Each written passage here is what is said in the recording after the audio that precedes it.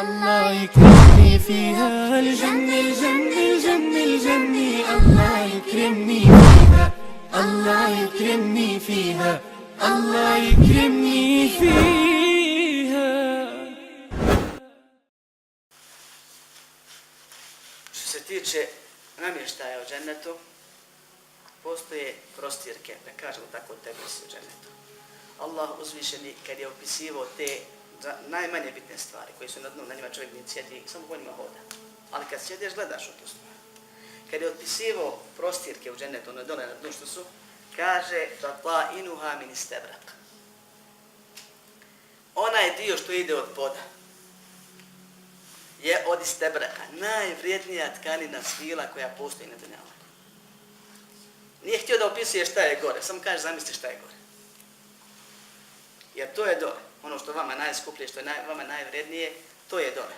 Kad su ashabi skupili i da vide neku novu tkaninu koja je došla kod njih na pijacu i počeli da je prevrću dobra svila, kaže poslanik sallallahu alejhi ve sellem, Saadove maramice u džennetu su vrijednije od toga.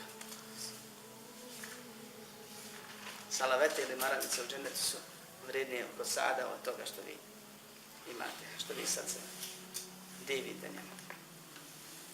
Nakon toga postoje džennetske spužve. Na njima postoje naslonjači straga i naslonjači između. Isto tako postoje u džennetu kreveti i postoje stolice. Sve je to Allah uzvišeni opisao da je od najboljih tkanina, od najbolje svile pogotovo, jer svila je dunjaluku zabranjena muškarcima, tada će moći da u njoj uživaju u potpunosti. I u obliku odjeće i u obliku prostorke.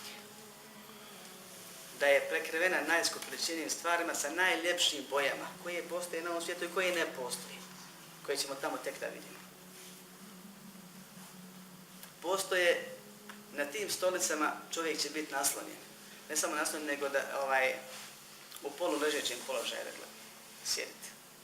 Na tim krevetima i na tim stolicama ljudi će međusobno uživati u jelu, piću, spolnom općenju, međusobnom druženju.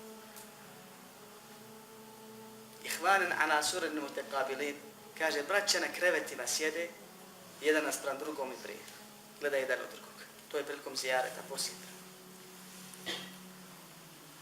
Biće stolice, bit će jastuci poredani, sa najvećim oblicima i bit će kreveti koji su uzdignuti, a ne ono kod nas krevet uzdignuti u odnosu na spužvu, nego kreveti koji su uzdignuti visoko.